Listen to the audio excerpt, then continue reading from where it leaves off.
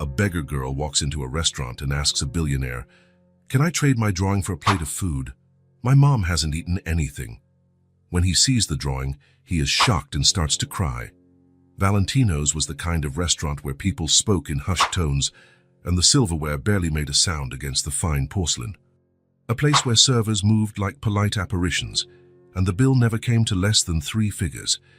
It was here that Miles Whittaker ate lunch every Tuesday, always at the same corner table, always alone. That afternoon, Miles was immersed in his private world of financial reports and performance charts. His grey eyes scanned numbers and tables, while his right hand made precise notes in the margins of the pages. The custom-made navy blue suit and the discreet but very expensive watch were the only clues as to who he really was. One of the richest men in the city, and probably also one of the loneliest. He had barely tasted the grilled salmon in front of him. The food was just a formality, an excuse to leave the office for an hour and think in peace. Having just turned 40, Miles had built a financial empire that many envied, but few knew what he had sacrificed to get there. "Sir, more wine." The waiter briefly interrupted his thoughts. Miles gave a negative gesture without taking his eyes off the papers. He didn't need anything else. He never did. This was his routine, his control, his perfect little bubble of order and predictability. Then the door of the restaurant opened, letting in not only a chilly afternoon breeze, but something completely unexpected in that controlled environment.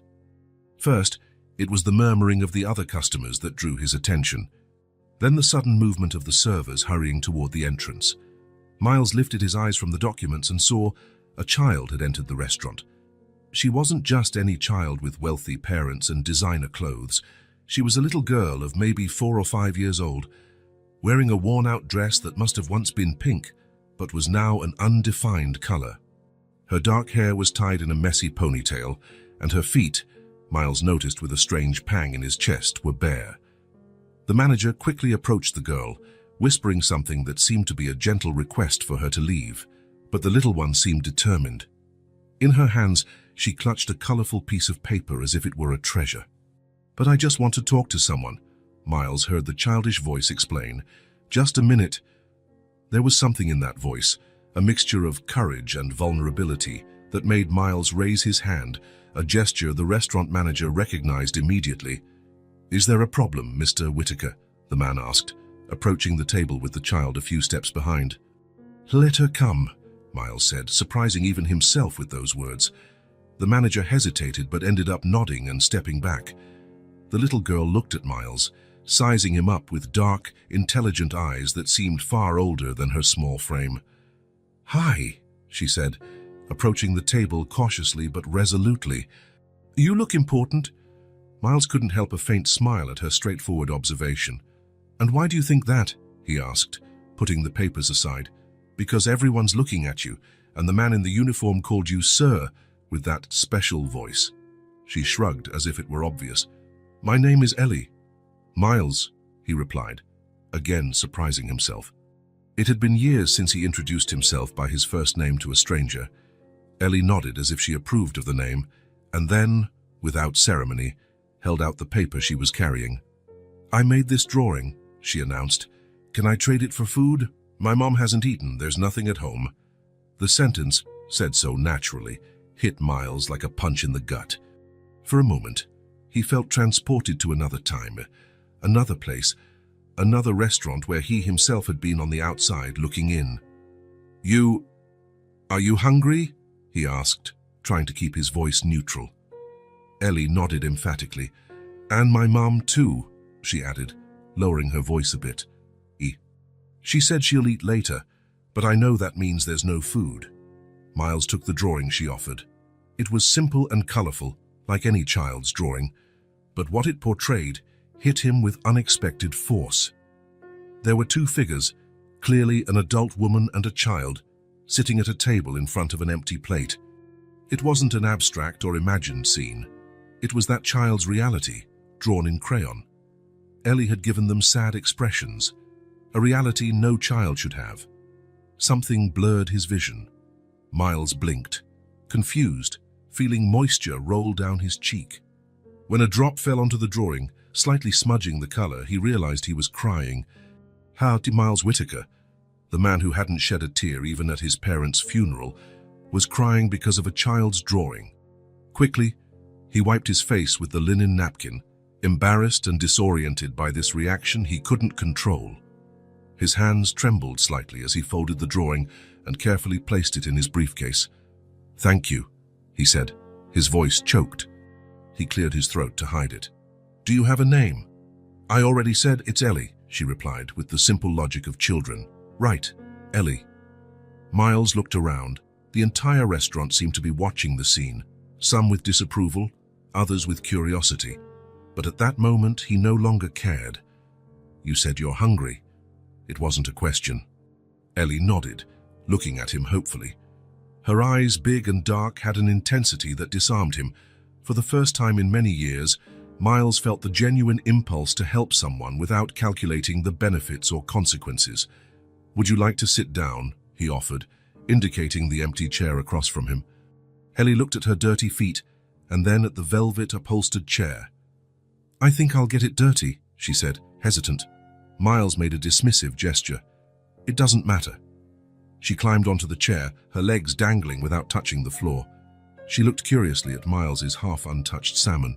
"That's salmon," he explained, lightly pushing the plate toward her. "Have you ever tried it?" Ellie shook her head, but her eyes remained fixed on the fish. Miles signaled to the waiter, "Bring another plate, please, and an orange juice."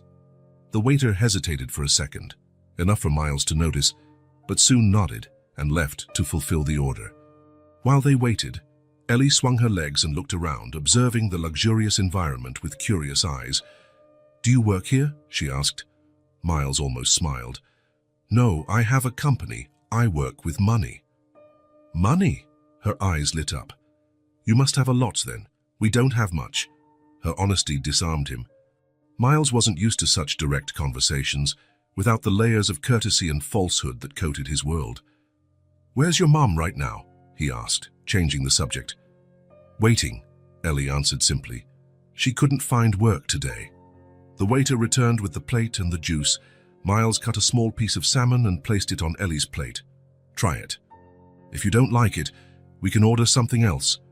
She picked up the fork carefully, as if afraid to break it, and tasted the fish. Her eyes widened in surprise. "It's good," she exclaimed, with a smile that transformed her face. Miles watched her eat with a voracity that confirmed just how hungry she was. She alternated between big gulps of juice and bites of fish, eating quickly, as if afraid the food might vanish at any moment. "Slow down," he gently advised. "There's plenty." Ellie slowed her pace, but her anxious eyes swept over the table, noticing the bread they hadn't touched and the dessert listed on the menu.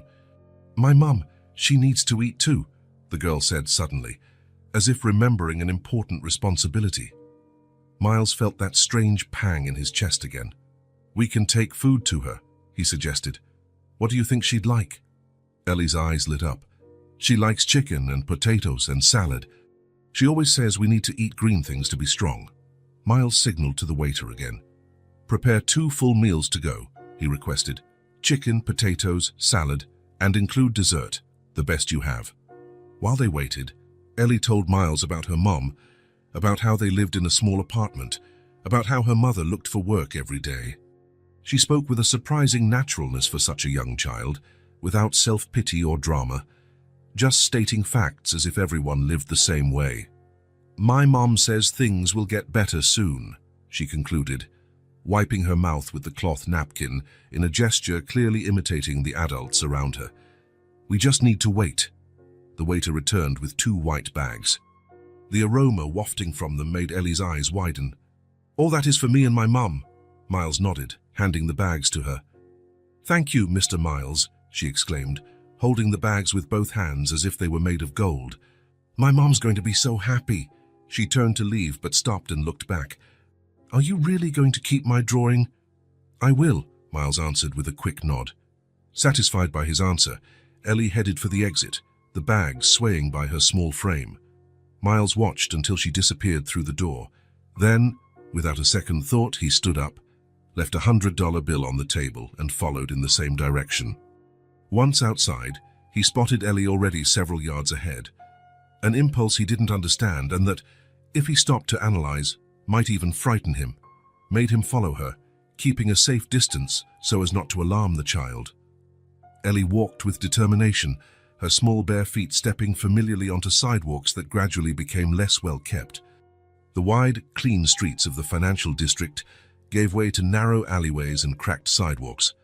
The imposing buildings were replaced by older, more run-down structures. Miles, in his expensive suit and polished shoes, felt increasingly out of place, but he continued on. He noticed how Ellie deftly avoided potholes and obstacles, how she greeted some people along the way, a man sitting on a building stoop, a woman sweeping the entrance of a questionable-looking store. The further they went, the more evident the signs of poverty became. Children played in the street with improvised toys. Men and women sat on the steps of buildings, talking with the vacant stare of those who have lost hope. Miles felt a sharp guilt, realizing how he had never really seen this part of the city, despite it being only a few miles from his luxurious office. After about 20 minutes, Ellie finally stopped in front of an old brick building. Its facade had several broken windows, replaced by pieces of cardboard or plastic. The entryway was just a metal frame without a door. Ellie went inside and, driven by curiosity, Miles cautiously approached. He stopped in front of a ground-floor window that, fortunately, wasn't covered. From where he stood, he could partially see the interior of a small apartment. The place was clean despite the obvious poverty. There was little furniture, a simple table, 2 chairs, a mattress in the corner. A young woman, her back to the window, was hugging Ellie tightly as the girl spoke excitedly, showing her the bags of food. Miles couldn't hear their words, but he could see the woman's body trembling slightly, as if she were crying. She turned to grab the bags, and Miles could see her face, young, maybe 30, with features similar to Ellie's. Despite the visible exhaustion, there was a dignity in her posture, a quiet strength that impressed him. She opened one of the bags and brought her hands to her mouth in a gesture of surprise and emotion.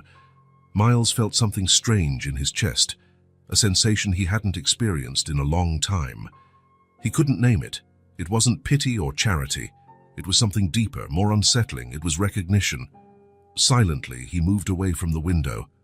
They didn't need to know he was there, intruding on that intimate moment. Carefully, he took Ellie's drawing out of his briefcase and looked at it again. The 2 figures with the empty plate now seemed to look straight at him, like a mirror of a past he had tried to bury under layers of success and wealth. The drawing was done in crayon with simple but precise strokes. What impressed him most was the table, a brown rectangle with a white circle in the center, representing the empty plate. There was no food in the drawing, just 2 people waiting for something that never came. The simplicity of the scene was what made it so powerful. Miles folded the drawing carefully and placed it in the inside pocket of his jacket, close to his heart. There was something about that piece of paper that touched him in a way no $1-million contract he signed every day ever had. The sun was starting to set as he walked back toward the city center, each step taking him back to the world of comfort and privilege he belonged to. But something had changed. That lunch, which should have been like any other, had turned into the beginning of something he still didn't fully understand. And, for the first time in many years, Miles Whitaker didn't have control over what was coming next. Surprisingly, it didn't bother him as much as it should have. The sound of his apartment door closing echoed through the empty space. Miles dropped his briefcase on the coffee table and loosened his tie with a brusque movement. The clock on the wall read just after 8 in the evening. He had spent the rest of the afternoon at the office, trying to focus on spreadsheets and meetings, but his mind kept returning to that little girl with bare feet.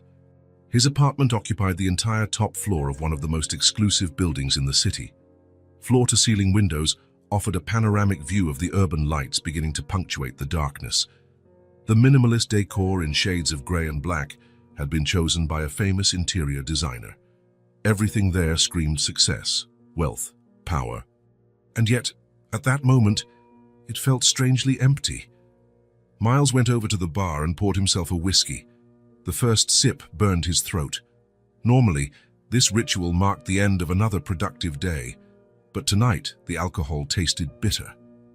He returned to the living room and opened his briefcase, carefully removing Ellie's drawing.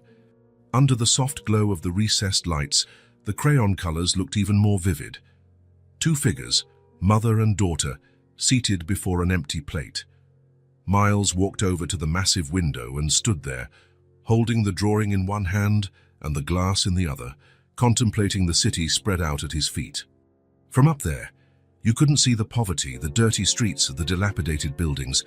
From that height, everything looked perfect and orderly. His eyes returned to the drawing. There was something in it, in the simplicity of those colored lines that pierced through all the protective layers he had built up over the years. How could such a small child capture something as devastating as hunger so accurately? And then, without warning, the memory hit him. Miles was 8 years old. The apartment was small, just one room with a tiny bathroom. The cheap wooden table had 3 good legs and one replaced by a stack of books. His mother sat across from him. Between them were 2 empty plates.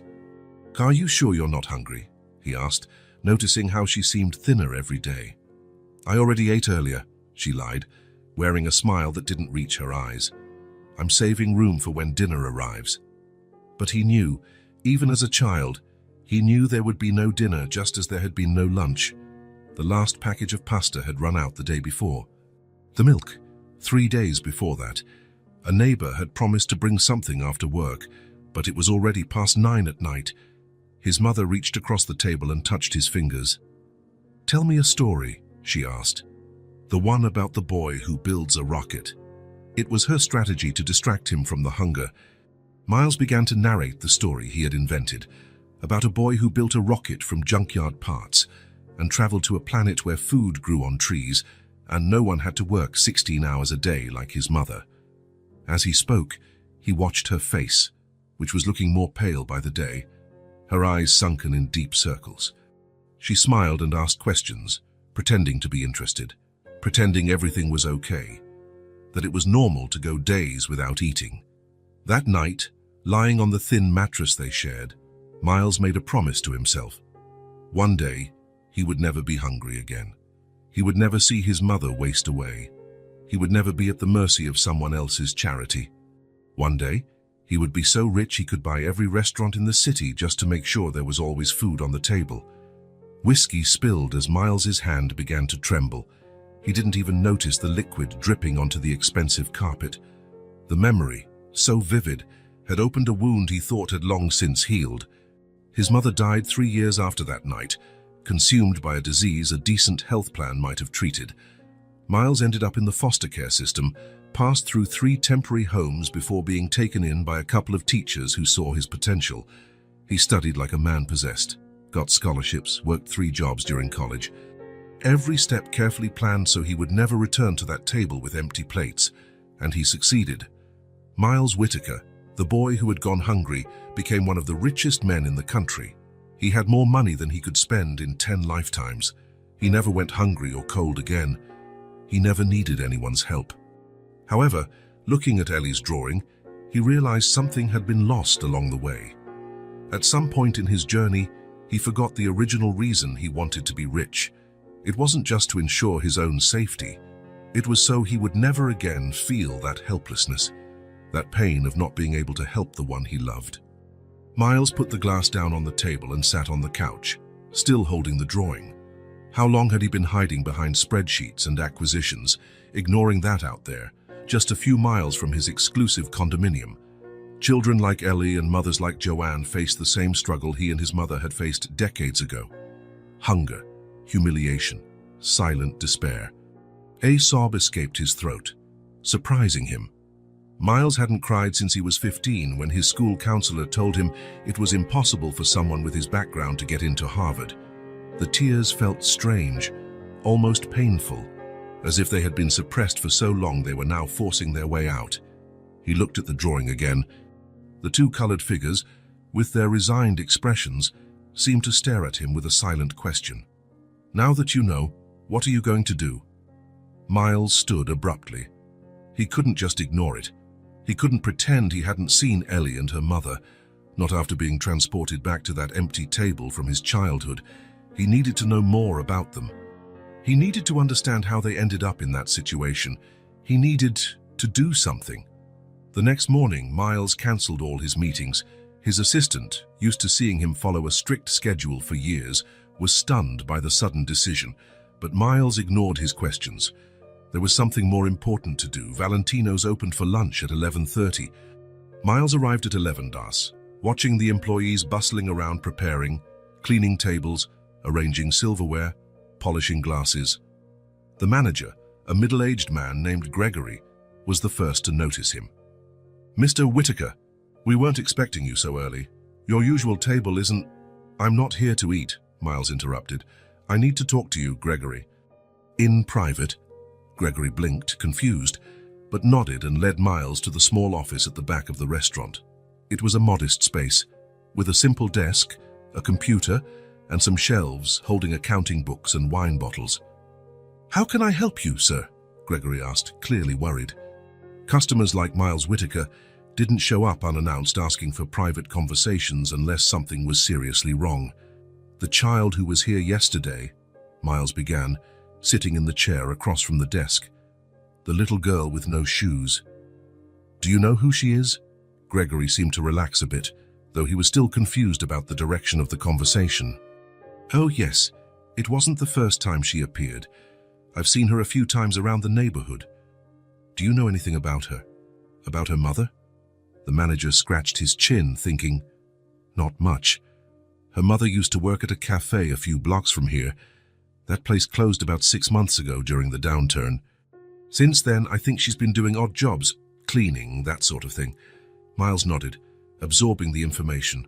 "What's her name? The mother's?" "Joanne, I believe. Joanne Coleman or Colson, something like that." "Joanne," Miles repeated, the name sounding familiar even though he had never met the woman. "And the girl, Ellie, is short for—" "Eleanor, maybe?" "Not sure." Gregory grew more intrigued by the questioning. "If I may ask, Mr. Whitaker, why the sudden interest?" Miles didn't answer immediately. How to explain something he didn't fully understand himself? How to say that this barefoot child had unearthed memories he had spent decades trying to forget? "Just curious," he finally replied. "Do you think anyone else here might know more about them? Perhaps Marina, one of the servers. She lives in that area. And Carlos, our kitchen assistant, also knows a lot of people in the neighborhood." Miles stood up. "I'd like to speak to them." Gregory hesitated. "Sir, we're about to open for lunch and—" Miles took out his wallet and pulled out a few $100 bills. This should make up for any inconvenience. Minutes later, Marina entered the office. She was a young woman, probably in her early 20s, with dark hair tied in a bun and a spotless server's uniform. She seemed nervous to be alone with the famous billionaire. "Marina," Miles began, trying to sound less intimidating than he knew he was, "I want to know about a woman named Joanne and her daughter Ellie. Gregory said you might know them." The server relaxed a bit upon realizing she wasn't in trouble. "Yes, I know Joanne. We're not close, but we live in the same building. She moved in about 4 months ago, after being evicted from her previous apartment." "Evicted?" "Yeah, she couldn't pay the rent after losing her job at the cafe. A lot of people in the neighborhood are going through that, since they started demolishing old buildings to build luxury condos." Miles felt a pang of guilt. His own investment firm had financed several of those urban revitalization projects. "What else can you tell me about her?" Marina thought for a moment. "She's a good mum, very dedicated to Ellie, always polite, despite everything. I think she's educated, you know. She doesn't seem like someone who's always been poor." "What kind of education?" "I heard she was a teacher." "An elementary school teacher, I think." Miles nodded, taking in every detail. A teacher, someone who educated children, now saw her own child walking barefoot through the streets, asking strangers for food. "How long have Ellie and her mum been struggling?" Marina shrugged. "Hard to say. I guess it got worse in recent months. Joanne was doing cleaning jobs, but it's unreliable work, you know. And with Ellie so young, she can't take just any schedule." Miles thanked Marina and then spoke briefly with Carlos, the kitchen assistant. But he didn't have much more to add. He only confirmed that Joanne had indeed been a teacher, and that she seemed like an educated woman who'd fallen on hard times. When he left the restaurant nearly an hour later, Miles had a clearer picture. Joanne Coleman, former elementary school teacher, single mother, evicted after losing her stable job, now surviving on temporary jobs while caring for Ellie. It was a story repeated thousands of times in the city. People who worked hard, masses were educated and employed, but who, with a twist of fate, a layoff, an illness, a divorce, found themselves teetering on the edge, an edge he knew all too well. On his way back to his office, Miles passed a newsstand. One headline caught his attention: "Housing crisis worsens with new evictions in the East District." The East District, exactly where Ellie and Joanne lived, exactly where his company had invested millions in urban revitalization. He bought the newspaper and read it in the back seat of his car while his driver took him across town. The article talked about entire families being evicted to make way for new developments, about how rents had tripled in the area in the last 2 years, about how public schools were closing due to lack of funds, while new upscale restaurants opened every week. There was nothing in it that Miles didn't already know in theory, but now all of it had a face. The face of a barefoot girl with a drawing in her hands. The face of a mother who hugged her daughter in a dilapidated apartment, crying with relief because they had something to eat that day. When he arrived at his office on the top floor of one of the city's most towering skyscrapers, Miles didn't go straight to his room. He stopped in front of the huge window in the main lobby, looking out over the city below. Somewhere among those buildings, Joanne and Ellie were struggling to survive another day. His initial curiosity about them had turned into something deeper.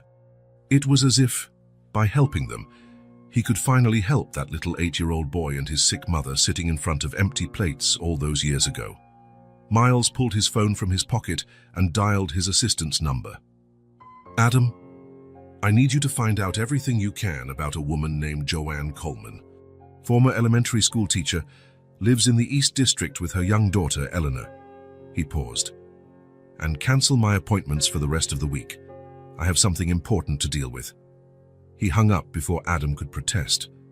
For the first time in years, Miles Whitaker didn't know exactly what his next step would be, and strangely, it didn't bother him. He felt a growing determination, a purpose he hadn't experienced in a long time. Ellie's drawing, now carefully stored in his desk drawer, had done more than stir up painful memories. It had awakened something he thought had been dormant forever: the ability to care. The first basket was delivered on a Tuesday morning. Miles had been meticulous in the planning. He hired a discreet delivery company, one that didn't use flashy uniforms or marked vehicles. He paid extra for anonymity and made sure no one would mention his name. In the instructions, he specified that the delivery should be made at 7 in the morning, a time when Joanne would be awake but likely not yet out looking for work. The basket wasn't extravagant. He didn't want to startle them with an overly grand gesture. It had the basics: rice, beans, pasta, tomato sauce, cooking oil, some fresh vegetables, fruit, milk, bread, butter, eggs. Enough food for a week. He also included some chocolate for Ellie and a small bottle of perfume for Joanne. A personal touch he hoped wouldn't seem too intrusive. Across the street, inside a car with tinted windows, Miles watched. He saw the deliveryman leave the basket by the door and ring the bell before walking away quickly. He saw the door open and Joanne appear, looking confused. He saw her eyes widen upon realizing what was on her doorstep. He saw how she looked around, searching for who might have left it, before pulling the basket inside. There was no card, no note, no indication of who the donor was. Miles preferred it that way. He didn't want gratitude or recognition. He wasn't doing it to feel good about himself or to ease some guilt. He did it because, well, he needed to. The next week, he sent another basket. Along with food, he added hygiene products, a couple of new blankets. He had researched and found out winter was approaching and the heating in those old apartments was unreliable.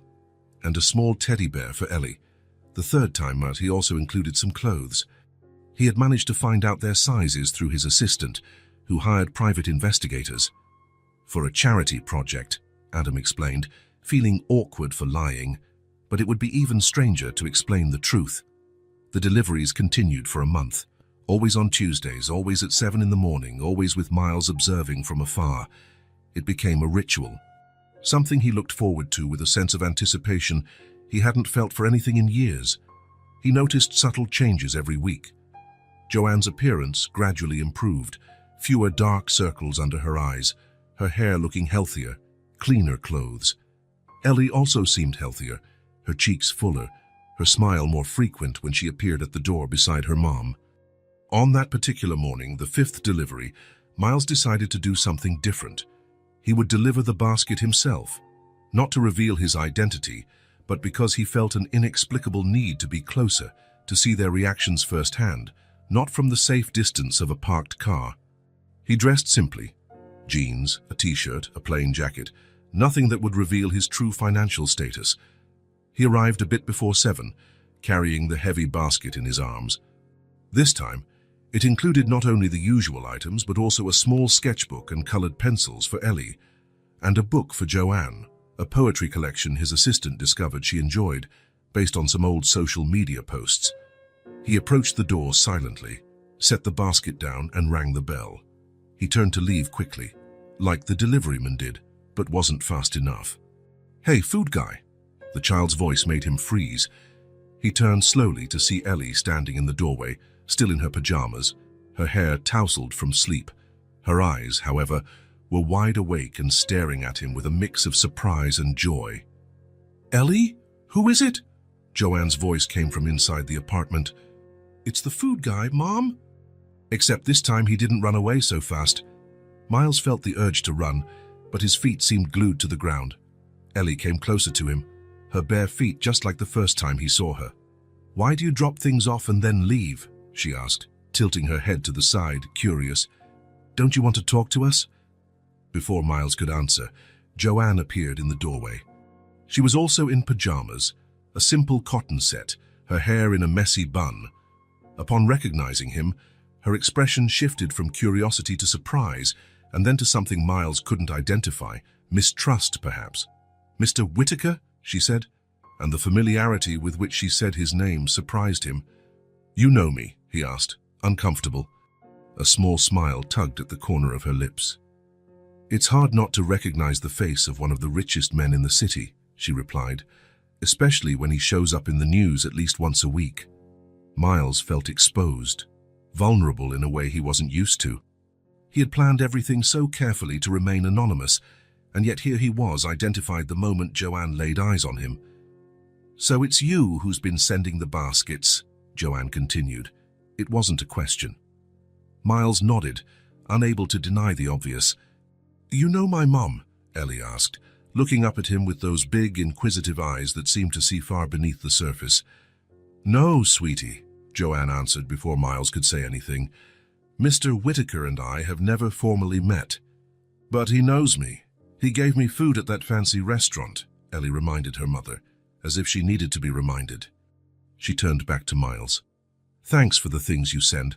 Mom cried about the perfume, and I loved the teddy bear. Did you know I named him Theo?" The simplicity with which the child expressed gratitude made Miles feel oddly uncomfortable. He wasn't used to such frankness, this total absence of pretense or ulterior motive. In his world, gratitude always came with expectations. He began, not sure what to say. "It was nothing." "It was something," Ellie countered with childlike directness. "It was a lot. We barely had anything to eat before. Now we have a ton, and Mom doesn't cry at night anymore, thinking I can't hear her." Miles saw Joanne flush, embarrassed by her daughter's revelation. "Ellie, honey, why don't you take the basket inside?" Joanne suggested softly. The girl nodded and dragged the basket inside with some difficulty, leaving Miles and Joanne alone in the doorway. An awkward silence fell between them. "Why?" Joanne finally asked, her voice low, almost a whisper. Miles averted his gaze. "I just wanted to help. People like you don't help people like us without a reason," she replied, not in bitterness but with a fatigued resignation. "What do you want in return?" The question caught him off guard, not because it was unfair, but because he didn't have a clear answer himself. What did he want? Why was he doing this? It wasn't the calculated charity he did for fundraisers, where he donated large sums to abstract causes and received public applause. "Nothing," he finally said. "I don't want anything in return." Joanne studied him for a long moment, as though trying to decipher a complex puzzle. "Well, thank you anyway," she said at last. "The baskets, they've made a huge difference." Miles nodded, relieved he didn't have to explain further. "Food guy." Ellie's voice interrupted the moment. She had returned and was holding something in her hands. "I made this for you." She held out a piece of paper. Miles took it and felt a lump form in his throat. It was another drawing similar to the first, but with one crucial difference. This time there were 3 people sitting at the table, clearly Ellie, her mother, and him, and the plate in the center was full, overflowing with colorful food. "That's us," Ellie explained, pointing to the figures. "You, me, and my mum. With real food." Miles stared at the drawing for a long moment, unable to speak. Something inside him, some carefully guarded barrier, seemed to be dissolving. "Thank you," he managed to say finally. "Will you have dinner with us one day?" Ellie asked hopefully. "I told Mum you should." Miles looked at Joanne, who seemed equally embarrassed and amused by her daughter's candor. "Ellie has a gift for direct invitations," she commented with a small smile. Miles hesitated. Social dinners were part of his life, of course. Business dinners, charity events, occasions where every word was calculated, every move had a purpose. But a simple dinner with no agenda, with a woman and a child he barely knew. Maybe someday. Ellie's face lit up. "Promise." He wanted to say no. He wanted to keep a safe distance, remain just the food guy who left anonymous baskets. But something in those hopeful eyes disarmed him completely. "I promise," he answered, surprising himself. In the days that followed, Miles continued sending baskets, but now without the pretense of anonymity. Sometimes he delivered them himself. Other times, when inevitable meetings and commitments prevented him, he went back to the old system of discreet delivery men. With each visit, Ellie greeted him with growing enthusiasm. He was no longer just the food guy, but simply Miles, said with a familiarity he found oddly comforting. The girl started waiting for him on Tuesday mornings, often already posted by the door when he arrived. "It was cold last night," she told him one morning, helping carry a small bag of fruit. "Mum put 3 blankets on me, the ones you sent." On another occasion, "Did you know I get scared when it's dark? Mum leaves a small light on, but sometimes the power goes out." Or yet another time, "Yesterday I dreamed we had a big house with a garden, just like in storybooks. We lived there, me, Mum, and you too."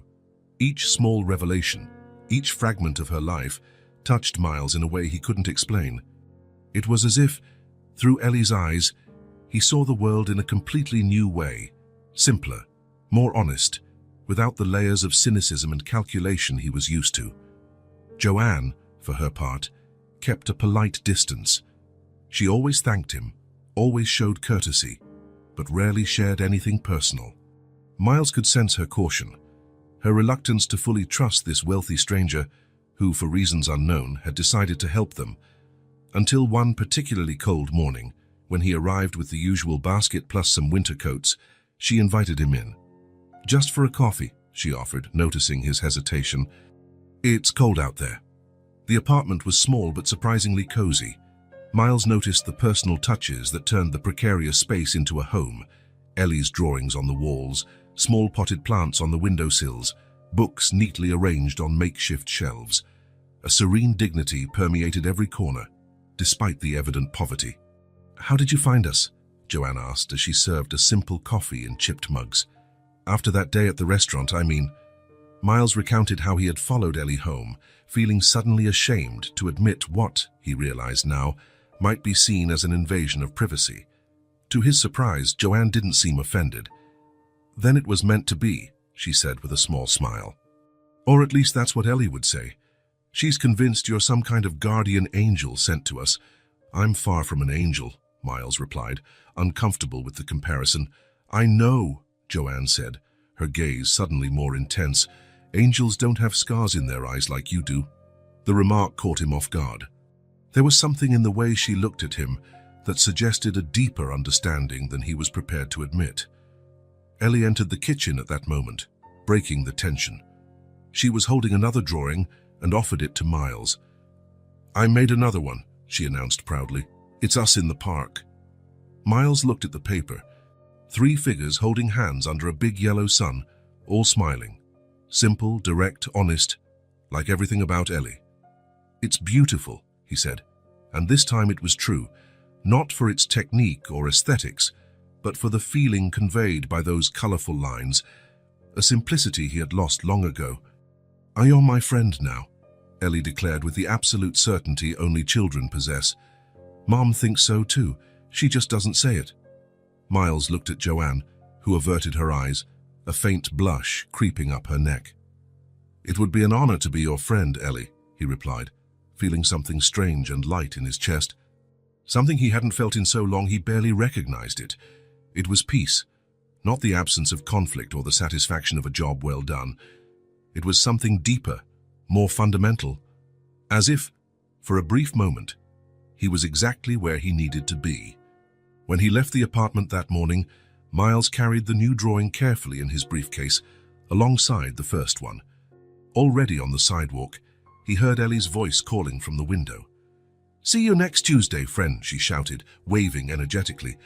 Miles waved back, a genuine smile breaking across his face, a smile that wasn't calculated, wasn't a social tool, had no purpose other than to show something that was growing inside him. As he walked back to his car, Miles realized that for the first time in years, maybe decades, he was actually looking forward to the next Tuesday. Miles paused at Joanne's apartment door, feeling a strange sensation in his stomach. It wasn't the nervousness he felt before billion-dollar deals or crucial investor meetings. It was something simpler, more human. The anxiety of someone about to have an honest conversation. It was Sunday, almost noon. There was no basket this time. It wasn't Tuesday, the usual delivery day, and Miles wasn't there as the food guy. He was there as himself, for a conversation he knew was inevitable. He took a deep breath and knocked. He heard light footsteps inside and Ellie's voice shouting, "I'll get it," followed by Joanne's more measured tone saying, "Wait, check who it is first." The door opened partially, held by a security chain. Joanne's eye appeared in the crack, widening slightly when she recognized him. "Mr. Whitaker, we weren't expecting you today." "Miles, please," he corrected her. "May I come in? I'd like to talk." There was hesitation. Miles could sense her distrust, tangible as a physical barrier between them. He didn't blame her. In her place, he'd also be wary of a rich stranger suddenly showing up in her life. "Please," he added, and there was a sincerity in his voice he himself barely recognized. The door closed briefly and then reopened fully. Joanne stood there, wearing simple jeans and a blue cotton blouse, her hair pulled into a low ponytail. She looked younger like this, less tired than on the early mornings of the basket deliveries. Behind her, Ellie bounced with excitement. "Miles is here," the girl exclaimed, running to him as soon as he stepped in. "Did you bring any drawings for me?" Miles smiled, kneeling down to her level. "Not today, Ellie. I came to talk to your mom. Grown-up stuff, you know?" The girl's face showed brief disappointment, but she soon nodded with the seriousness of someone who understands important matters. "Can I show you my new drawings in the meantime?" she asked, already pulling him by the hand toward a small table in the corner of the living room. "Ellie," Joanne interjected in that universal tone mothers use, "why don't you finish your own drawing while I speak with Miles?" The girl let out a theatrical sigh, but obeyed, moving to the table where colored papers were scattered. Joanne pointed to the worn-out sofa in the middle of the room. "Please, have a seat. I can offer you coffee." "That's about all we have for unexpected guests." "I don't need anything," Miles said, sitting down. "I didn't come to be served." She nodded and sat at the opposite end of the sofa, keeping a safe distance. For a few moments, neither spoke. The only sound in the apartment was Ellie's pencil moving across the paper. "Why are you doing this?" Joanne finally asked, her voice low enough that Ellie couldn't hear. "The baskets, the gifts. What do you want from us?" Miles had rehearsed this conversation in his mind, but now all his prepared sentences felt artificial, inadequate. "I don't want anything," he answered sincerely. "At first it was just an impulse. After seeing Ellie in that restaurant and following you both home, something just clicked." "Does charity make you feel good about yourself?" Her tone wasn't accusatory, just frank. "It's not charity," Miles replied, perhaps too quickly, at least not in the traditional sense. Then what is it? Miles hesitated. How to explain something he himself didn't fully grasp? Connection, maybe, he said at last. Ellie reminded me of something. Someone. She reminded me there's a world beyond contracts and acquisitions. Joanne studied him for a long moment, as if trying to see beyond the polished facade he always presented to the world. You know how strange this looks, right? A billionaire suddenly interested in the life of a single mother and her daughter. People talk, you know. In this building, making up conspiracy theories is everyone's favorite pastime when you're poor. What theories? Miles asked, genuinely curious. Joanne shrugged. The most popular is that Ellie is your secret daughter. Miles let out a short laugh. I guess that would explain her dark hair, but not much else. Another theory is that you're interested in me, either romantically or less romantically. She kept her tone casual, but a faint blush crept up her neck. What do you think? Miles asked. I think it's more complicated than that, she replied, meeting his gaze. I think there's something broken in you, just like there is in me, and somehow Ellie saw it. Her directness took him by surprise. People didn't talk to Miles Whittaker like that. They never suggested he was broken. They were always careful, always calculating what he wanted to hear. I'm not here to play savior, he said after a moment. I know you don't need one, even if things are tough. I came as maybe an ally, someone who can help while you rebuild what you lost. Joanne didn't respond immediately. She looked at Ellie, absorbed in her drawings, then back at Miles. Why? She asked again, but this time there was something different in her voice. Not distrust, but a genuine need to understand. Because no one helped me when I needed it, Miles answered, surprising himself with the raw honesty of that admission. Joanne blinked, as if not expecting that response. I'm not asking for your life story, she said more gently. I get that we all have our secrets. It's not a secret, Miles said. It's just not something I usually share. Across the room, Ellie stood up from her drawing table, apparently tired of coloring. She approached them on the sofa. To Miles's surprise, she took his hand, as if it were the most natural thing in the world. Are you having the hard talk? She asked, looking from one to the other. Joanne gave a small smile. How do you know it's a hard talk? Because you both have that face, Ellie said with the innate wisdom of children. The face grown-ups get when they need to talk about complicated things. Miles felt a tightness in his chest. Her perception was remarkable. Ellie squeezed his hand as if sensing his tension. It's okay, she said, consoling him. Sometimes hard talks are good. Mom says that. Joanne watched the interaction with an expression Miles couldn't fully decipher. There was caution, but also something like admiration for how easily Ellie formed connections. Maybe, Joanne began after a long moment, you could tell us a little about yourself, Miles. If we're going to be allies, we should know each other better. Miles nodded, still aware of Ellie's small hand holding his. What do you want to know? Anything you want to share. Something real. Miles took a deep breath. It was hard. In his world, truths were like rare coins, too valuable to be handed out freely. But there was something about this worn-out sofa, this modest apartment, this mother and daughter that allowed an openness he rarely permitted himself. I grew up poor, he began, his voice low. Not the kind of relative poverty people mention offhand. Real poverty, the kind where you go hungry. Joanne didn't look surprised, as if she had already suspected. My mom did what she could, sometimes 3 jobs, but it was never enough. She got sick when I was 11, died when I was 14.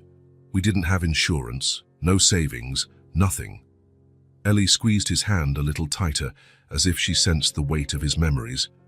I went to foster homes, 3 of them, until a couple of teachers took me in. They saw potential in me, pushed me to study. I got scholarships, worked through college. The rest is the public story. Whittaker finances, acquisitions, investments, success. And the emptiness, Joanne added gently. Miles looked at her, surprised. You fill your life with work, money, power, she continued, but there's still an emptiness. The hungry boy is still in there. Her words hit Miles with unexpected force. No one had ever articulated so clearly what he had felt for years, maybe decades. Yes, he finally admitted. The emptiness, a silence settled between them, not uncomfortable but heavy with mutual recognition.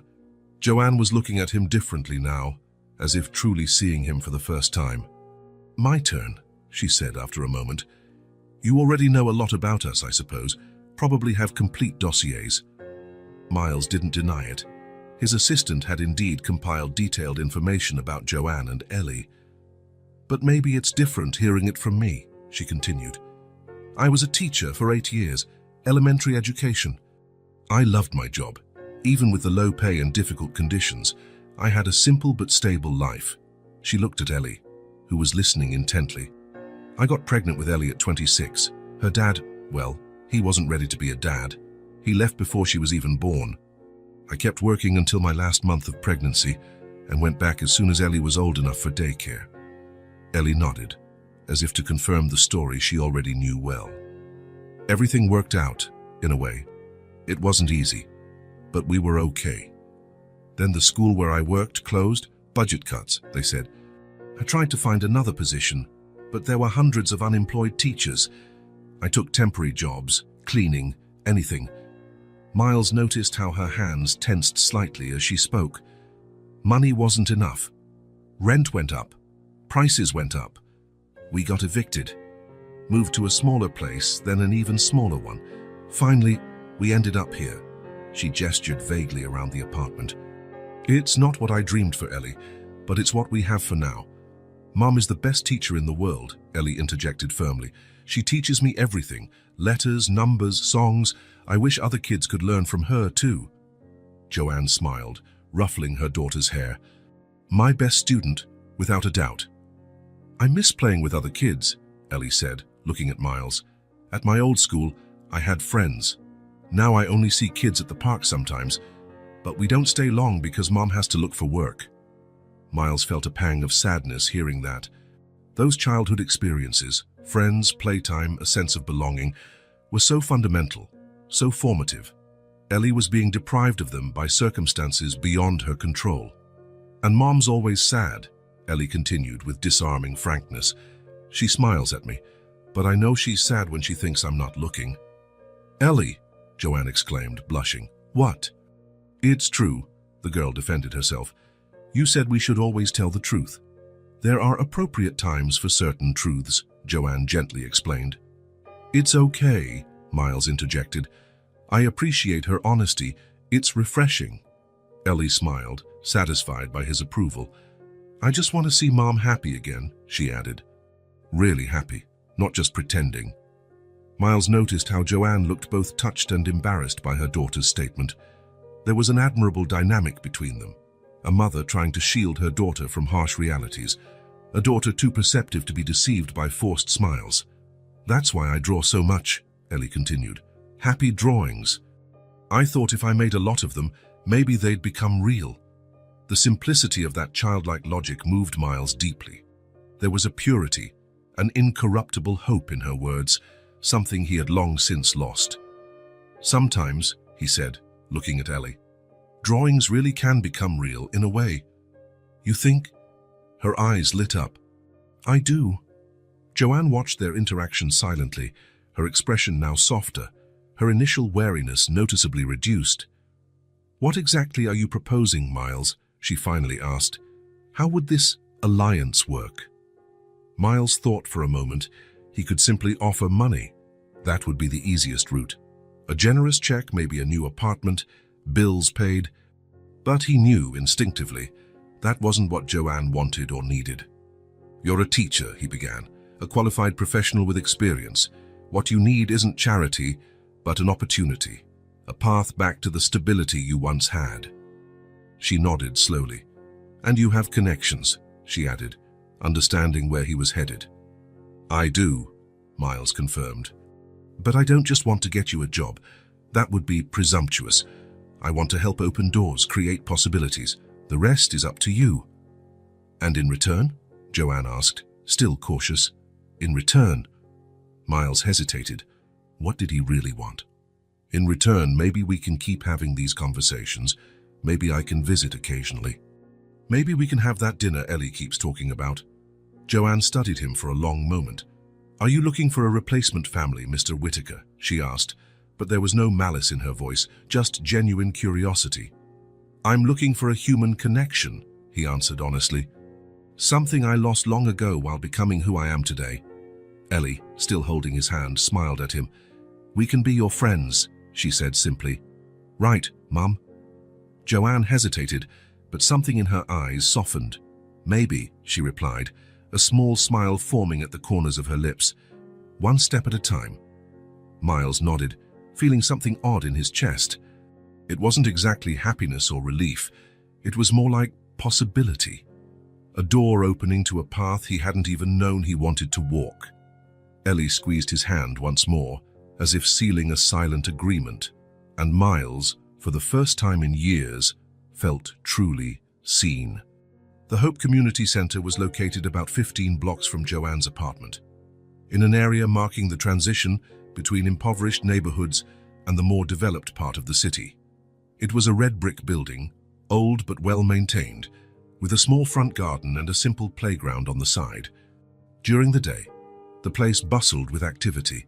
Children running around, seniors playing chess on concrete tables, teenagers attending art and music workshops. At night, it offered adult literacy classes, basic job training, and various support groups. Miles knew the place well.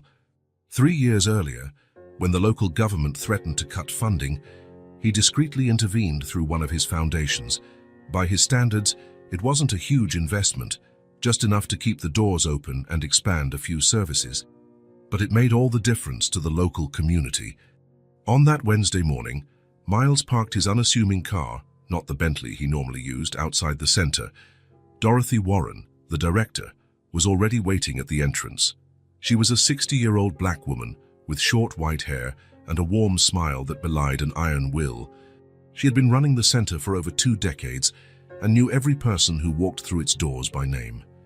Mr. Whitaker, she greeted, extending her hand. What a pleasant surprise. You usually only come for the annual meetings. Miles shook her hand, feeling genuine admiration for this woman who dedicated her life to helping others. Dorothy, I need a favor. She raised an eyebrow, intrigued, but gestured for him to follow her inside. Her office was small and cluttered with folders, books, and children's drawings. On the walls were photos of generations of people who had passed through the center, some now lawyers, nurses, technicians, teachers. You know I rarely ask for anything in return for supporting the Hope Foundation, Miles began, sitting in the wooden chair across from her desk. Which is why I'm curious, Dorothy replied, folding her arms. What can I do for you? Miles explained about Joanne, her background as a teacher, her current situation, her struggle to support Ellie. He didn't mention how he met her, or the personal bond he was forming with them. He presented it as just another case of someone talented who needed a chance.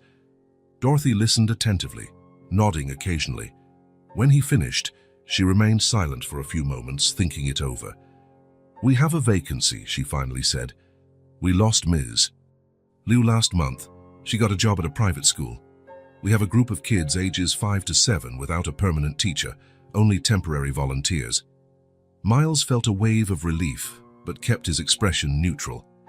It's a full-time position, Dorothy continued. We don't pay much, as you know, but we offer a basic health plan and her daughter could attend our daycare for free.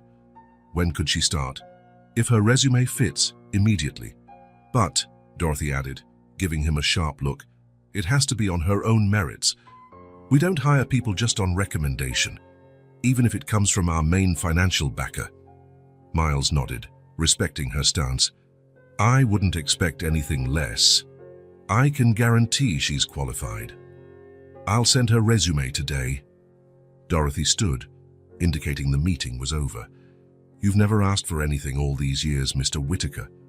There must be something special about this woman. Miles didn't reply directly. He simply thanked her and said goodbye. On his way out, he watched children playing on the playground. He imagined Ellie here, making friends, experiencing a normal childhood despite the circumstances. He imagined Joanne teaching, using her talents, regaining her professional dignity. For the first time in a long while, he felt like he was using his money and influence for something truly meaningful. When Miles told Joanne about the vacancy, her reaction was complex. First came surprise, then an almost instinctive caution, as if suspecting some hidden manipulation. Finally, when she realized it was a legitimate opportunity, that she'd still need to go through an interview and prove her qualifications, her expression changed. "You really did this for me?" she asked in a low voice, so Ellie, who was drawing in the bedroom, wouldn't hear. "I just opened a door," Miles replied. "You'll have to walk through it on your own." Joanne studied him for a moment, as if assessing the sincerity of his intentions. Something in her eyes shifted, a barrier falling. "Thank you," she said simply. Joanne's interview with Dorothy took place 2 days later. Miles didn't attend nor ask for details. He only knew from a brief message from Joanne that she'd been hired and would start the following Monday. The Sunday before Joanne's first day at work, Miles was invited to dinner at the small apartment. It was the first time he had received a formal invitation, rather than a casual coffee offer during basket deliveries. "It's a celebration," Ellie explained over the phone when she called to invite him. "Mom's making special pasta." The special pasta, Miles discovered upon arrival, was simply spaghetti with homemade tomato sauce and herbs. But the table was set with care, using their best plates. A mismatched set, but clean and neatly arranged. There was even a candle in the center, and Ellie wore a dress Miles recognized from one of the baskets he had sent. "It's not much," Joanne said with a hint of self-consciousness as she served the plates. "But it's made with gratitude." It turned out to be one of the best meals Miles had ever eaten, not for its sophistication, obviously, but for the authenticity of the moment. Ellie's excitement, Joanne's restrained nervousness, and the flowing conversation about hopes and possibilities for the near future. "I'll meet other kids," Ellie exclaimed between forkfuls. "Mom said I can stay at the daycare while she teaches. I'll have friends again."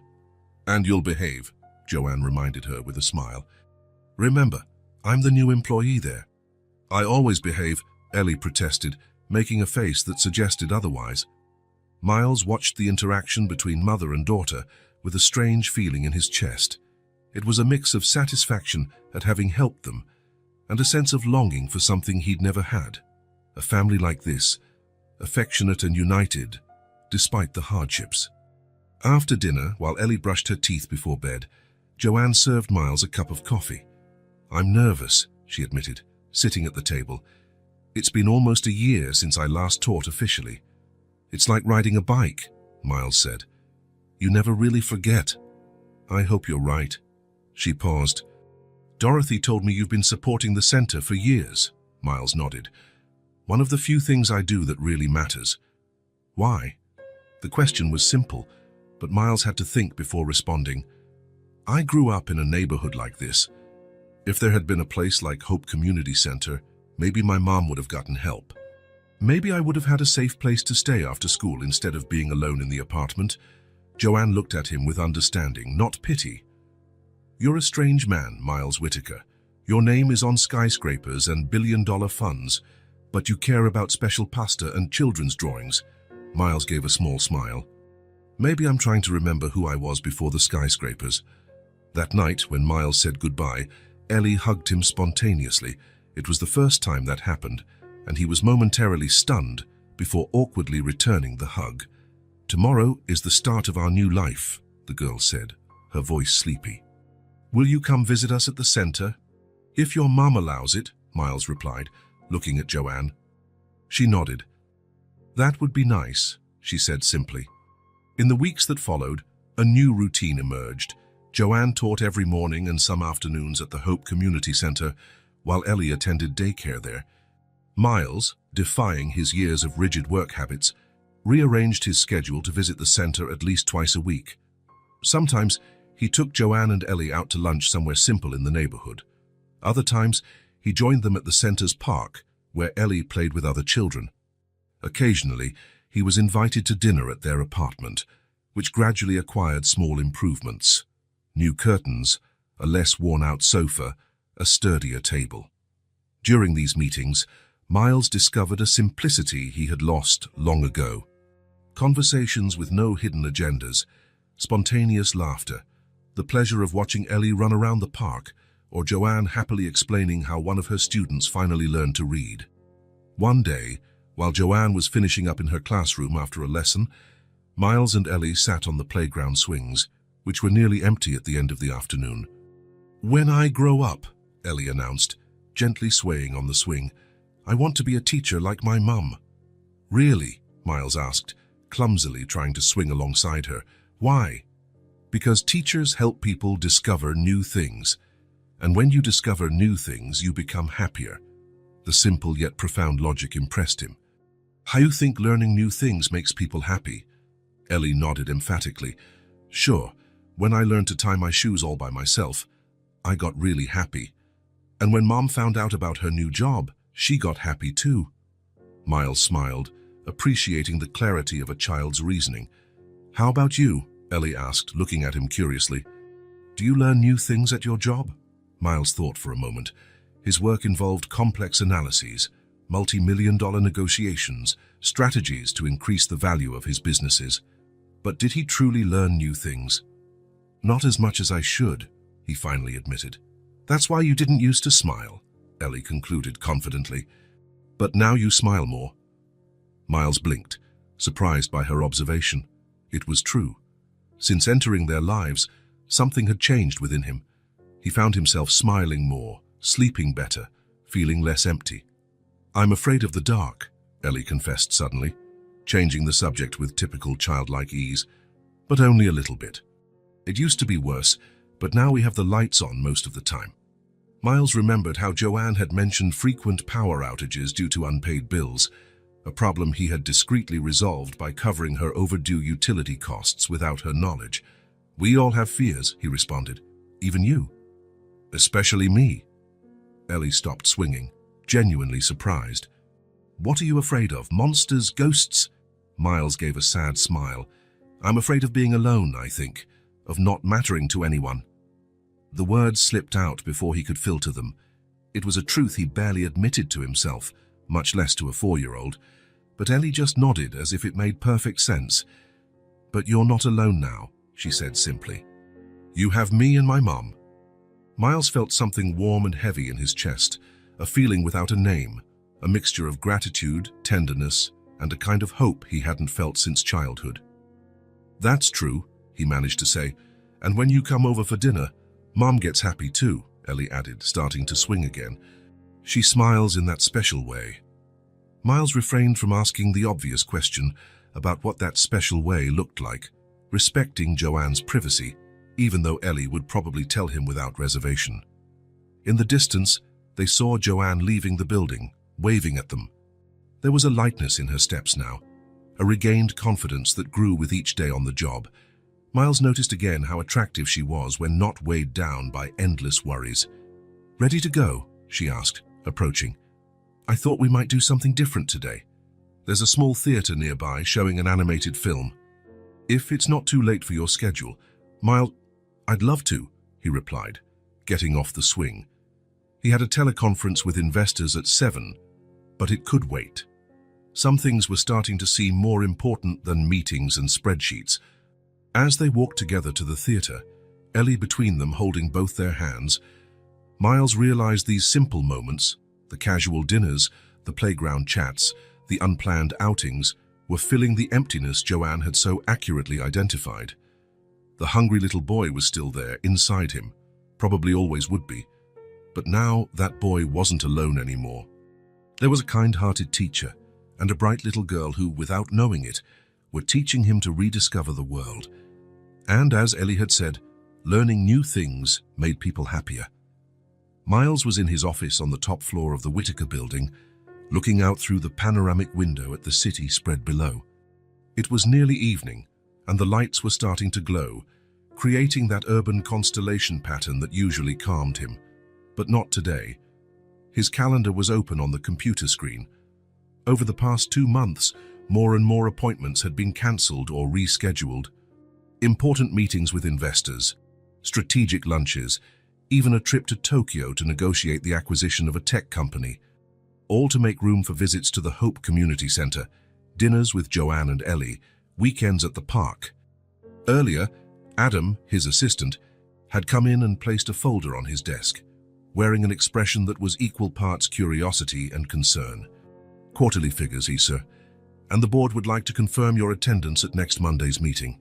Miles had merely nodded without committing. The board meeting clashed with the end-of-semester presentation at the center, where Joanne's class would put on a small play. Ellie had a role. She would be a flower that grew when watered with knowledge. The metaphor was simple, but she was so excited she talked about it non-stop. Now alone, Miles confronted a truth he had been avoiding. He was getting too involved. What had started as an impulse to help, a gesture of humanity triggered by memories of his own past, had become something much more complex. Joanne and Ellie were now occupying a space in his life no one else ever had. "What am I doing?" he murmured, swiveling his chair away from the city view. His gaze fell on the opposite wall, which once held only a very expensive abstract painting he'd bought because it matched the decor. Now, next to it, were Ellie's drawings. The first one with the empty plate, then the one depicting the three of them with a full plate, and several others she had produced over the past months, a growing gallery documenting the evolution of their relationship. Miles got up and walked over to the drawings. Was he just trying to fill a void, trying to artificially build the family he never had? And if he was, so what? He wasn't forcing the situation. Joanne and Ellie seemed to appreciate his presence as much as he appreciated theirs. But there was something else troubling him, a fear he hadn't yet spoken aloud, not even to himself. What if, once they were fully stable and secure, they realized they didn't need him? What if they saw that a man with his background, his habits, his emotional baggage, wasn't someone they wanted in their lives? His phone rang, interrupting his thoughts. It was Joanne. "Miles, I hope I'm not interrupting anything important." "Nothing that can't wait," he replied, feeling that familiar lightness whenever he heard her voice. "Is something wrong?" "Not exactly. I just wanted to confirm if you're coming tomorrow for the rehearsal of the presentation. Ellie's excited to show you her flower transformation." Miles smiled, despite the doubts that had been consuming him seconds before. "I wouldn't miss it. I'll be there at 4. There was a brief pause on the other end of the line. "Miles, can I ask you something?" "Sure. Are you okay? You seem different lately. Maybe more distant." Her perception startled him. He thought he'd hidden his doubts well. "I'm fine," he responded automatically. "Just some work issues." "I understand," Joanne said, though her tone suggested she didn't fully believe him. "Well, I don't want to keep you. See you tomorrow." After he hung up, Miles sat back down, feeling a strange heaviness in his chest. He lied to investors, competitors, and reporters without hesitation when needed. Why did lying to Joanne bother him so much? Perhaps because he wanted to be genuine with her, and the truth was too complicated to share. How could he explain that he was afraid of becoming too important in their lives, that he feared disappointing them, that he sometimes wondered if he was trying to buy affection with financial help? The next day, the rehearsal went well. The children recited their lines with only a few adorable stumbles, and Ellie executed her flower transformation with such focus that the tip of her tongue peeked out the corner of her mouth as she slowly rose from the floor, arms stretched high like opening petals.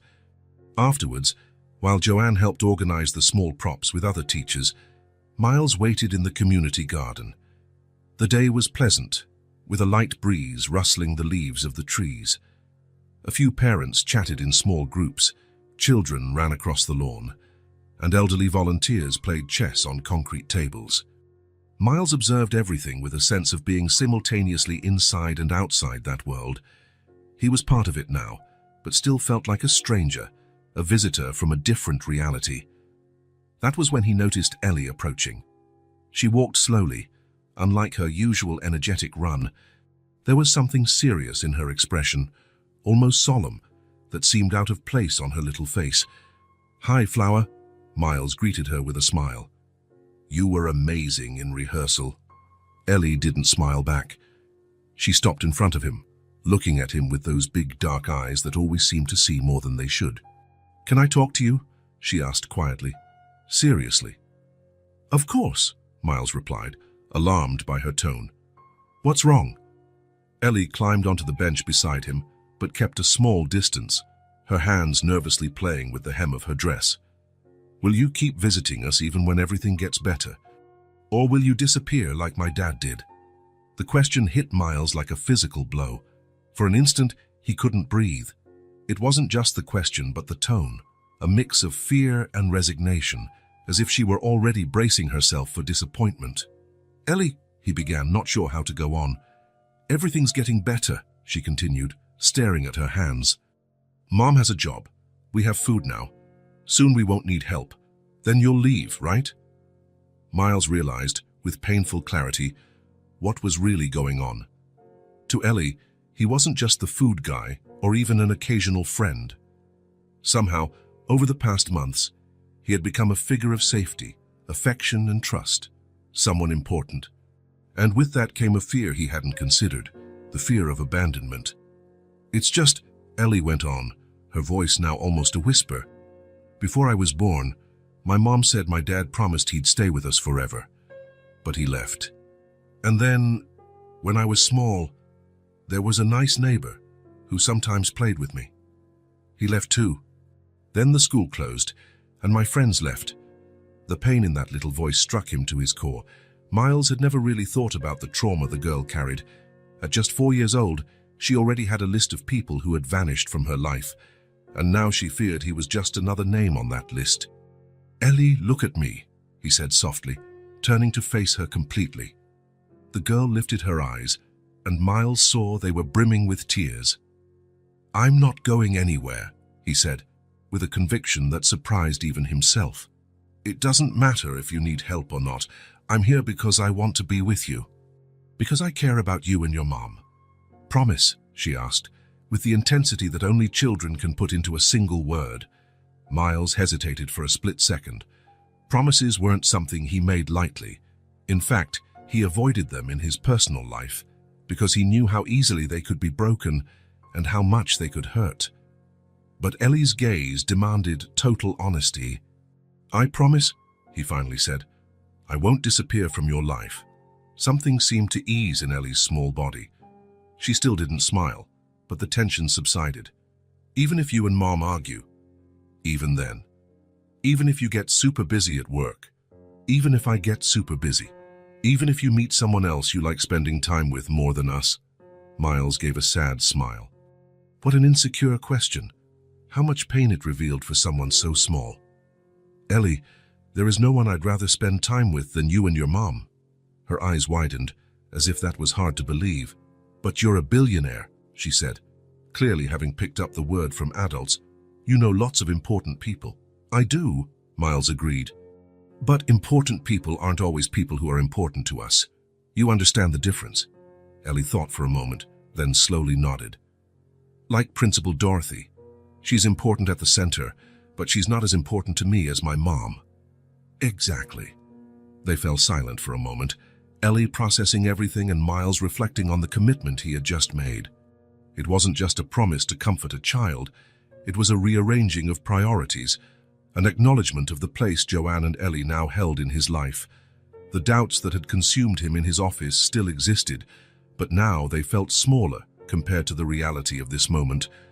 If he was filling a void, maybe he was also, for the first time, allowing himself to build something genuine, something that couldn't be measured in net worth or power.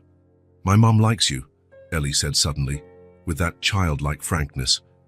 "She smiles differently when you're around, and she gets sad when you go." Miles didn't know how to respond. The idea that Joanne might feel something for him beyond gratitude and cautious friendship was something he tried not to consider. Too complicated, too risky. "I think your mum finished with the props," he said, noticing Joanne stepping out of the building. "Shall we go find her?" Ellie didn't move. Instead, she leaned to the side, resting her head on Miles's shoulder in a gesture so natural and confident that it caught him completely off guard. "Thanks, friend," she said softly. The word friend, spoken with such simplicity and trust, broke something inside Miles, a barrier he hadn't realized he was still keeping up. a final protective wall around his heart. He felt his eyes grow hot, an unfiltered emotion washing over him. Slowly, awkwardly, he wrapped his arm around Ellie's small shoulders, pulling her into a proper hug. It was the first time he had ever hugged someone this way, not as a formal greeting or a social gesture, but as genuine affection. He felt the small, fragile body against his, the absolute trust she showed in that embrace. In that moment, all doubts seemed to fade away.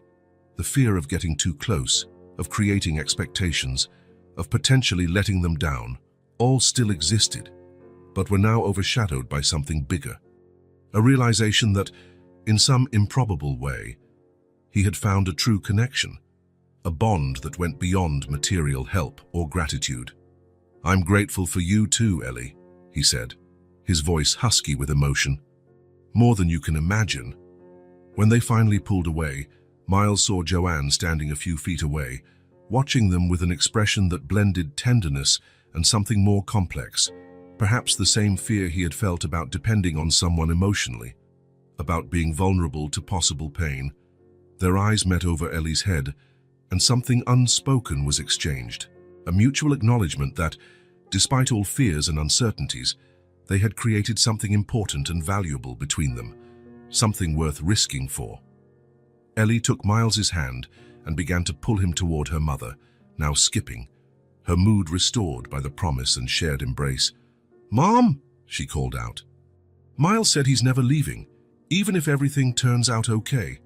Joanne smiled, a slightly trembling smile, and Miles realized she too was fighting to hold back emotion. "That's quite a promise," she remarked, looking directly at Miles. "One I intend to keep," he replied, meeting her gaze. As they walked together back to the building, Miles felt a calm settle within him. The doubts and fears were still there, as they always would be. But he now knew with a certainty that transcended logic that he had found something worth fighting for, not just helping Joanne and Ellie, but being part of their lives. And maybe, just maybe, allowing them to be part of his as well. The old warehouse had been completely transformed. The previously faded, time-worn brick walls were now clean and painted in soft tones.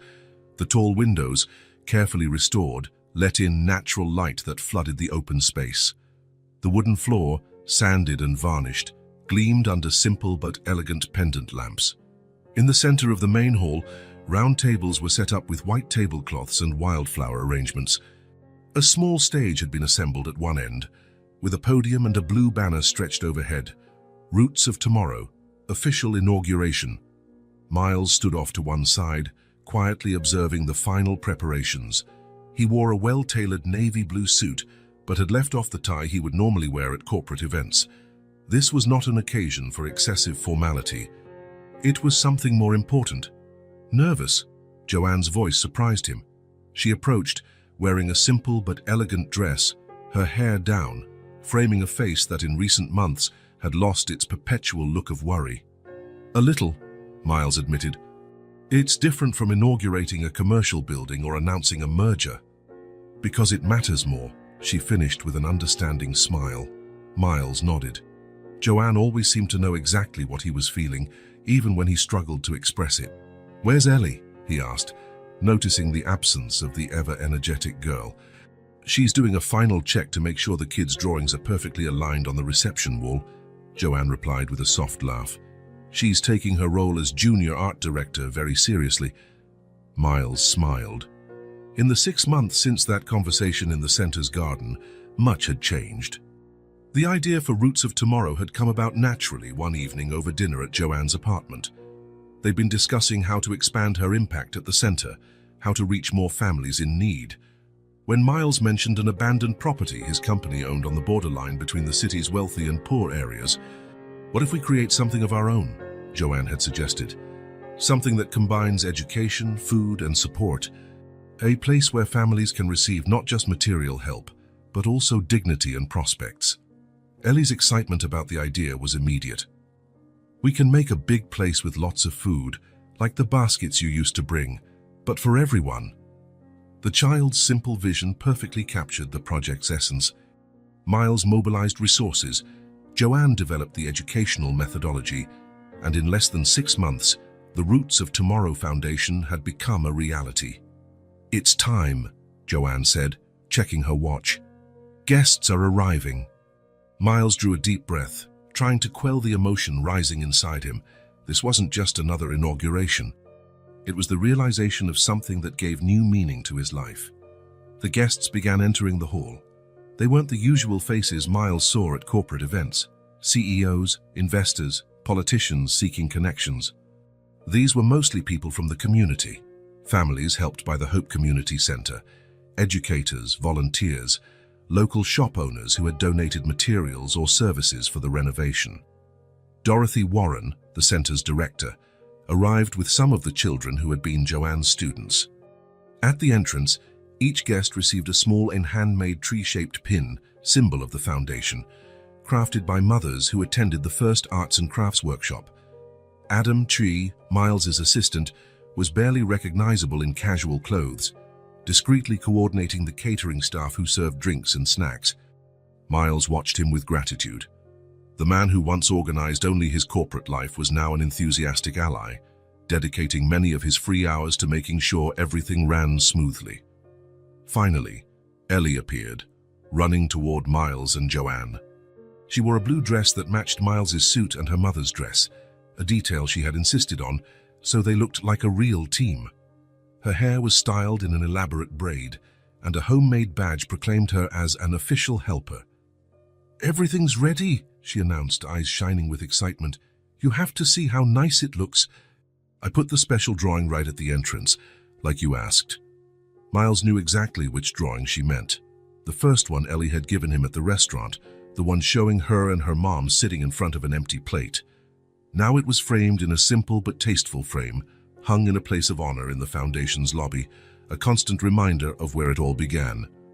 "Let's go check," Miles said, taking Ellie's hand. Joanne joined them, and the three walked to the entrance. The drawing was illuminated by a small spotlight, its simple colors contrasting against the white wall. Next to it hung a modest plaque explaining, "The seed that gave rise to Roots of Tomorrow. Artist, Eleanor Coleman, 4 years old." Joanne paused in front of the image, her eyes glistening with tears. "Who would have thought a crayon drawing on a rumpled piece of paper would lead us here?" she whispered, her voice choked. "I always knew my drawings were magical," Ellie declared with the unwavering confidence of a child. "That's why I made so many." Miles and Joanne exchanged a fond smile. The adjacent wall was covered with more of Ellie's drawings, and those by the children who would be part of the foundation's programs, a colorful explosion of hope and possibility. The inauguration ceremony was simple and moving. After a brief explanation of the foundation's goals, to provide nutritious meals, educational support, job training, and emotional counseling to families in need, it was time for Miles's speech. He stepped onto the small stage, looking out at the diverse audience. He recognized some faces, others were new, but all were united by a common purpose.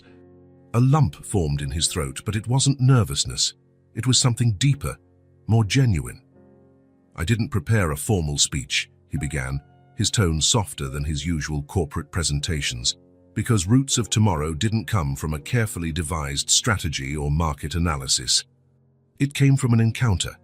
His eyes found Ellie's, seated in the front row next to her mother.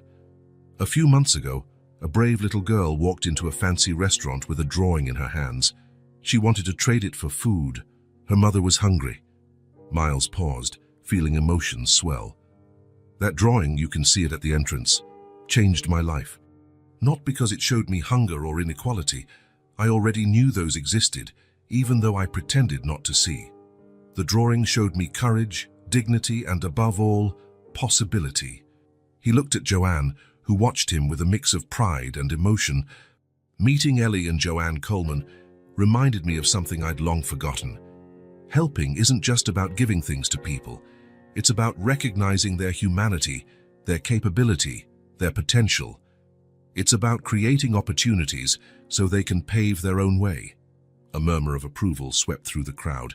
Roots of Tomorrow isn't a traditional charity. It's a space of transformation. Here, there won't be donors and beneficiaries, just a community working together. A community where everyone has something to offer and something to receive. Miles glanced away from the audience for a moment, trying to steady his emotions so his voice wouldn't falter. Personally, he continued more quietly, I learned that real wealth isn't in bank accounts or skyscrapers. It's in genuine human connections. It's in seeing a child like Ellie get to draw her future with whatever colors she chooses, not just the ones imposed by circumstance. He paused again, this time looking straight at Joanne. And it's in finding people like Joanne Coleman, our educational coordinator, who taught me that starting over isn't a sign of weakness, but of extraordinary strength. Joanne smiled back at him, silent tears rolling down her cheeks. So today, we're not just inaugurating a building or a social program. We're opening a new way of building bridges between different realities. A place where stories like Ellie and Joanne's can have different endings written by them. When Miles finished, there wasn't the formal, distant applause typical of corporate events. Instead, Ellie ran up and hugged him tightly. That triggered an outburst of spontaneous and genuine cheering, which only grew louder when Joanne joined them on stage. The little makeshift family right there before everyone perfectly symbolized the spirit of the foundation, unlikely connections forging new paths and possibilities. The rest of the ceremony flowed in a celebratory mood. Ellie, with help from Miles and Joanne, cut the inaugural ribbon. People toured the newly opened facility, exploring the industrial kitchen where nutritious meals would be prepared, the multi-purpose rooms for classes and workshops, the communal area stocked with books and toys, and the backyard garden already sprouting vegetables. Joanne, in her role as educational coordinator, guided small groups, explaining the methodology to be used. Her confidence and knowledge impressed everyone. It was hard to believe that, just a few months earlier, she had been struggling to find temporary cleaning jobs. Ellie, for her part, took on the role of junior hostess with adorable seriousness, proudly showing off the drawings on the walls, handing out tree pins to anyone who didn't have one yet, and explaining with disarming sincerity to anyone who would listen. We didn't have food before, but now we help other people have food and learn new things. Miles used to be sad, and now he laughs more. And my mom is the smartest teacher in the world. By late afternoon, when most of the guests had gone, only a few newly hired employees remained to tidy up, and the little family at the center of it all. It was perfect, Joanne said, sitting next to Miles on a bench in the garden. Nearby, Ellie was examining a small butterfly that had landed among the vegetables. It was, Miles agreed, more than I ever imagined.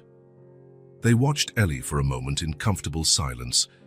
Despite the long, busy day, she still had seemingly endless energy to explore. You know what I thought during your speech? Joanne asked, turning to Miles. What? That sometimes the most unlikely people find each other exactly when they need to, like the universe knows what it's doing. Miles smiled. Before meeting Joanne and Ellie, he would have dismissed such an idea as naive sentimentality. Now, he wasn't so sure. Do you believe that? In fate? Joanne shrugged. I'm not sure if it's fate. Maybe it's just openness. Being open to see beyond the obvious, to embrace unexpected connections. Like a lonely billionaire and an unemployed teacher. And a 5-year-old artist with a knack for changing lives, Joanne finished, glancing at Ellie, who was now drawing something in the dirt with a stick. Miles watched them both for a moment. It was both strange and completely natural, this feeling that had grown inside him, this certainty of belonging, of a shared purpose. Can we go home? Ellie asked, finally coming over, her tired eyes belying the boundless energy her small frame still tried to project. I'm hungry. Of course, you sweetie, Joanne said, standing. We all deserve a good rest after today. Is Miles coming to dinner with us? Ellie asked, looking at him hopefully. Before he could answer, Joanne intervened. I was actually thinking we could try something different tonight. Miles looked at her, curious. I thought we could have dinner at Miles's place, Joanne continued. If he's inviting us, of course. It's been so long, and we've never seen where he lives. The suggestion caught Miles off guard.